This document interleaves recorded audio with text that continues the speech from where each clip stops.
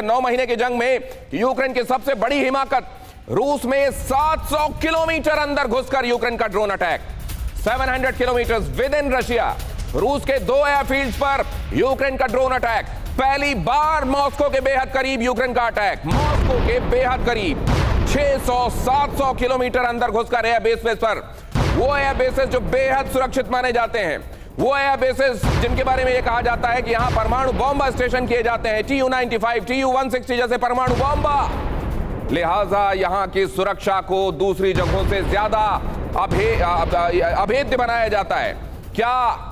क्या उनकी अभेद्यता को एक्सपोज करने का काम किया है यूक्रेन ने? और आने वाले दिनों में क्या रशिया के इस तरीके के मिलिट्री इंस्टॉलेशंस और ज्यादा वल्नरेबल हो गए? और अगर ऐसा है कि अपनी वल्नरेबिलिटी को इतना एक्सपोज होते हुए रशिया देख रहा है, क्रेमलिन देख रहा है, पुतिन देख रहे हैं, तो क्या उनकी तरफ से कुछ ऐसा किया जा सकता है जो दुनिया के लिए बेहद भयंकर होगा?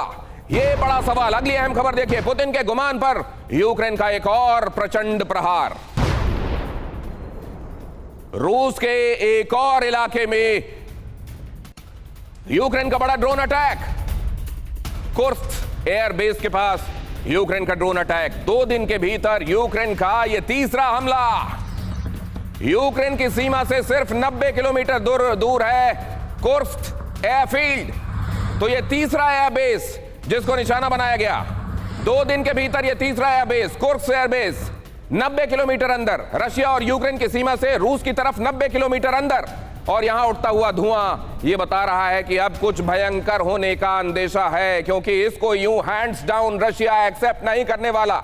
यूक्रेन युद्ध के अब और भयंकर होने के आसार क्यों हैं? ये दोनों तस्वीरें आपको दिखाई दे रही हैं, उनसे यह बयान होता है। रूस के अंदर वो 2 एयरबेस जिनको पहले ड्रोन के जरिए निशाना बनाया गया, 700 और 600 किलोमीटर अंदर सीमा के अंदर रशिया की तरफ, रूस और यूक्रेन की सीमा के रूस की तरफ 500 से 600 किलोमीटर अंदर घुसकर और फिर 95 किलोमीटर अंदर, 95 किलोमीटर अंदर कुर्स्क में ये 3 हमले आने वाले दिनों के लिए क्या कुछ भयंकर होने की मुनादी करते हैं। मैं सबसे पहले मनीष झा आपके पास आने वाला हूं, क्या सोच रहे हैं पुतिन, क्या सोच रहा है क्रेमलिन, ये समझने के लिए। लेकिन उससे पहले जरा देखिए, हम क्यों कह रहे हैं ये भयंकर, इसलिए कह रहे हैं भयंकर, क्यों हो रहा है ये अंदेशा, क्योंकि ये अब पहले की तरह मामला नहीं रह गया।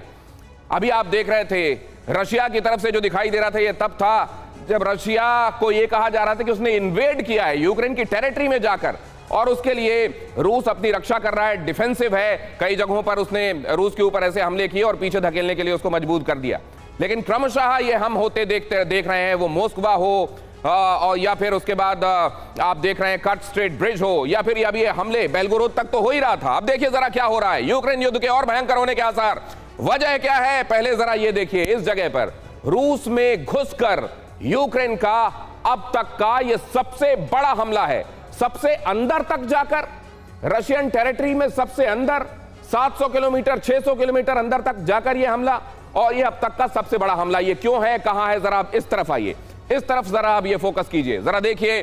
रूस में अगर इन जगहों को आप देखते हैं, और कीव से बल्कि आप ये देख लीजिए, खार्किव जो एकदम बॉर्डरिंग है, खार्किव ये जो ओब्लास्ट है ये एकदम किनारे का, यूक्रेन और रशिया के बीच में जो बाउंड्री है, जो सरहद है, उस सरहद से लगा हुआ ये इलाका है यूक्रेन का। आप खार्किव से देख लीजिए, 730 किलोमीटर दूर पर ये एंजल्स एयरबेस है, ये जो आपको दिखाई दे रहा है। और अगर आप इसको सीधे सीधे यहां से देखें, मॉस्को से इसकी दूरी देखें, तो ये 800 किलोमीटर की दिखाई दे रही है। और दूसरा देख लीजिए, ये 566 किलोमीटर की दूरी पर ये डाइगिलेवो एयरबेस है। और ये एयरबेस हो या ये एयरबेस, दोनों ही बहुत ज्यादा अंदर, एक 566 मतलब करीब करीब 600 किलोमीटर समझ लीजिए, और ये 730 750 किलोमीटर के आसपास।